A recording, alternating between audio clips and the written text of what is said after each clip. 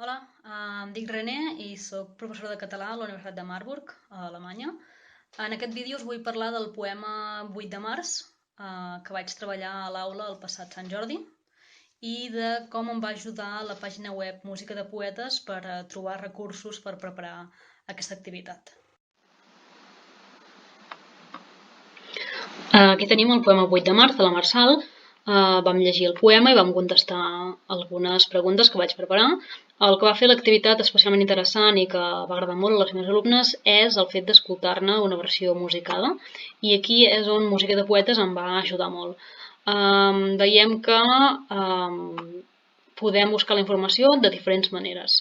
Per una banda hi ha poetes. Si hi ha un poeta que us interessa especialment, doncs aneu aquí a veure quins hi ha. A mi m'agrada molt la Marçal, per tant vaig veure quins materials hi ha d'ella.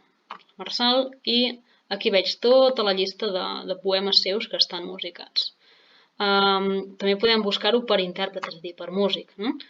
A mi la Gemma Humet m'agrada molt, vaig veure si hi ha alguna cosa d'ella, sí. A veure, què ha fet ella?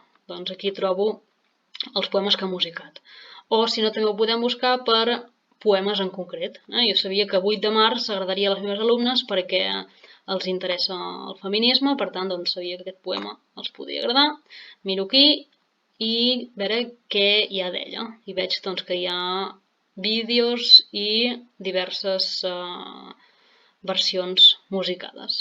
I bé, per això us recomano Música de Poetes, perquè està tot molt ben organitzat i ajuda molt a trobar el material.